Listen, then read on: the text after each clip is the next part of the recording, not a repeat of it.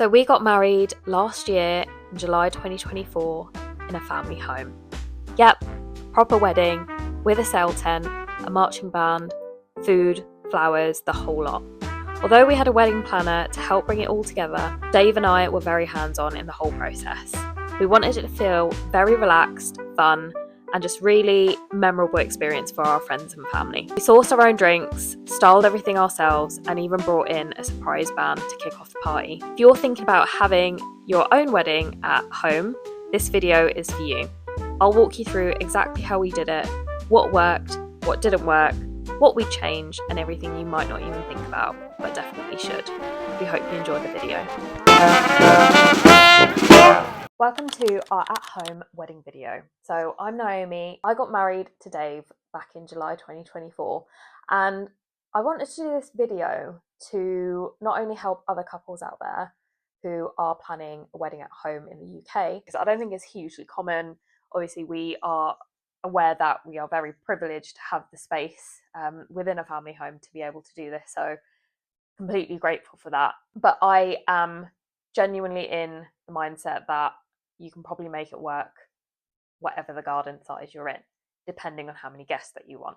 So I just wanted to start off the video by talking about why we wanted to get married in a family home instead of a traditional wedding venue. Number one reason was that our wedding was very intimate. So we only had our close friends and family. There was about 65 adults and about 6 or 7 children.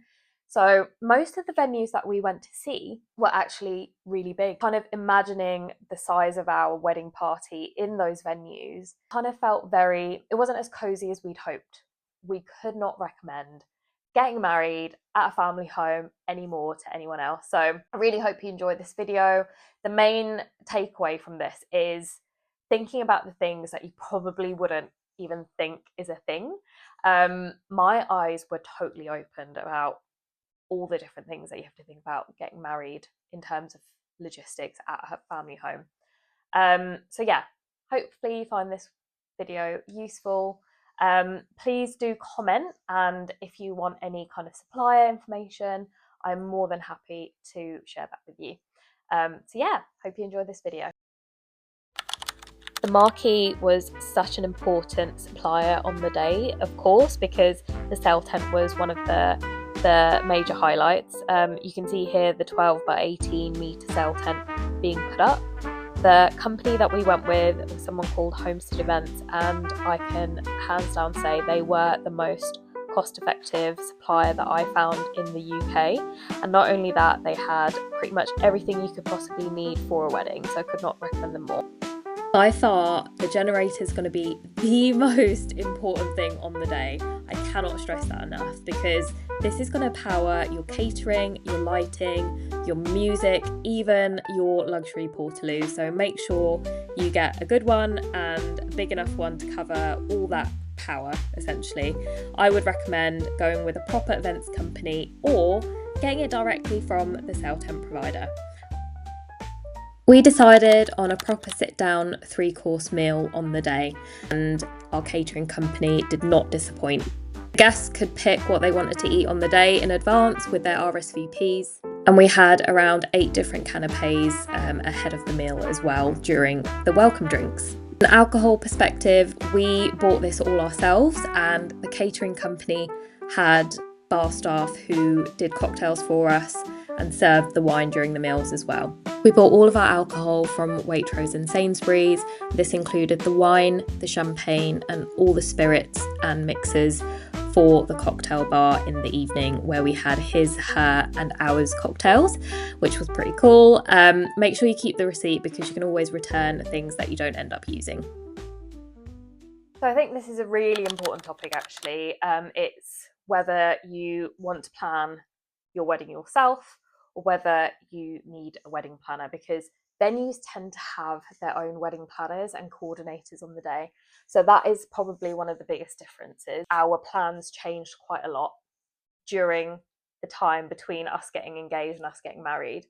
And when we booked our wedding planner, we were in a different space. So we had already signed the contracts. And I would say, although there was brilliant things that she helped us with, I would say I would have preferred to have done it by myself. That's not to say that I'm not grateful for the company that we ended up using, but I would say the larger suppliers, I was the one who actually found them, even though our contract said that the wedding planner should.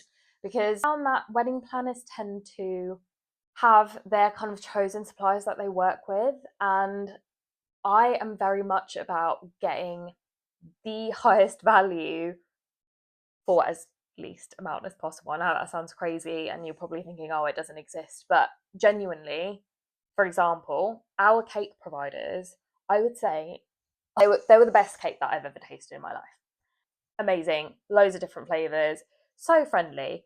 However, the difference in price versus the supplies that our wedding planner gave us, the cakes weren't that great. We got the kind of samples through the letterbox, but yeah, it just wasn't as great in terms of taste and the flavor choices, and it was double the cost. It was literally double the cost. So I would say doing that kind of research yourself adds to the experience of planning your wedding as well. If I would do it again, I would plan the wedding myself with the help of the sale tent company. So the sale tent company that I found are hands down the cheapest in the UK, because I asked for quotes from everyone in the UK that, you know, could do the size of tent that we wanted, and they were by far the cheapest.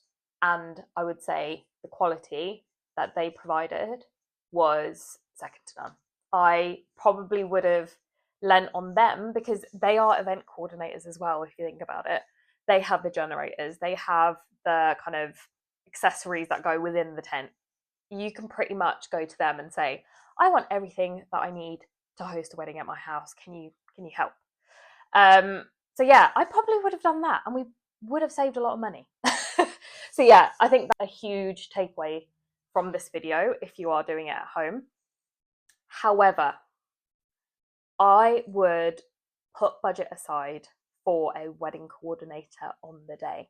One of the best thing that actually happened was the person that she did hire, so she got a contractor essentially to work on behalf of their company to be our coordinator on the day. She was bloody amazing. She was a fairy godmother. I cannot recommend this woman any more than I can. So if you need a wedding coordinator at your at-home wedding, drop me a comment and I will share all the details. She was, yeah, it just is one less stress for you to think about. I was able to kind of get ready in the morning and not think about preparing anything. That's not to say the day before and the few days in the lead up to the wedding, I didn't have to do anything. I definitely did. And so did Dave. But it just meant that both of us could relax on the day because we knew that our wedding coordinator was, you know, she knew the plan for the day. She knew where people were going to kind of arrive and where they needed to be at certain times and things like that. So yeah, get yourself a wedding coordinator. I wouldn't waste money on a wedding planner. That would be my advice for this section. So in terms of the wedding style that we went for, we wanted it to be really timeless. So this is the Pinterest board that Dave and I put together. I would say our florist played a huge part in bringing our Pinterest board to life. She was absolutely amazing, not only in the lead up to the wedding, but also on the day.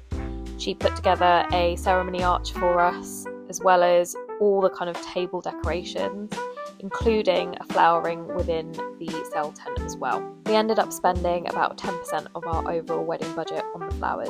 The tablescapes were another kind of part that was hugely important for us because I think it can make or break the look and feel of a wedding. And we used a different company to hire all the glassware, all the crockery and all the table linen, and we went for quite a nice soft pink look. We saved a lot of money on wedding stationery, so in terms of the wedding invites we got those kind of designed and printed on Etsy, but everything else from the table menus, the table plans and seating plans were all designed by us on Canva and printed by ourselves as well. So I think that was about a £600–700 saving there. For our wedding photography and videography, we also wanted that timeless feel. I would say our wedding video was super unique and not like the usual cinematic ones. We had a family friend who very kindly put together a wedding documentary for us, and it was basically like a 1-hour film going back to Dave and I as kids and speaking to our family about how we grew up, how we met, and what our lives look like now. And we are so glad we did that because it's basically a family heirloom now. I've added his details in the description below. Definitely have a rainy day plan because anything can happen when it comes to weather. We purposely organised a big enough tent for us to have ceremony as well as our reception inside the tent if we needed to. Don't underestimate the work that is needed, not only around the house but also the garden, because we seriously underestimated it, and we were working on the garden, the flowers, the planting up to about a year before the actual wedding. Make sure that the generator that you order is big enough to service your event, because our generator actually failed the night before, and it was only by a pure stroke of luck that we were able to get a family friend to loan a generator in the morning. Don't forget about parking on the day, so we encouraged guests to take taxis if they could, but we planned for pretty much all the guests to arrive in their car and ensured that we had enough space for that. So I'm going to close this video with my final thoughts on top 3 things that I would consider if I'm getting married in a family home. So one is to make sure that you have a strong generator. Yeah, the generator is going to make or break the wedding. It's going to power everything, so make sure you have a reliable one and one that's catered for events and not a tool hire generator. The second key thing is make sure that you have a rainy day plan. So as you saw in the video, the day before our wedding was very, very rainy. The rainy day plan that we had was that everything was going to happen inside the sale tent. So from the ceremony to the actual meal, it would have been a logistic nightmare, but it could have gone ahead anyway. So that would be my number 2. My third tip is make sure you have a wedding coordinator on the day. You're not getting married in a traditional venue. They tend to have wedding coordinators as part of the package, and I'm not sure how much they can go for, but the wedding planning company that we had an option for an on-the-day coordinator and not much kind of planning beforehand.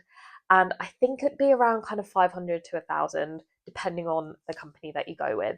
So I really hope you learned some new things today. I really hope you enjoyed the video. Please make sure that you like and subscribe at the end of this, and I'm more than happy to answer any questions if you comment down below. Thank you so much.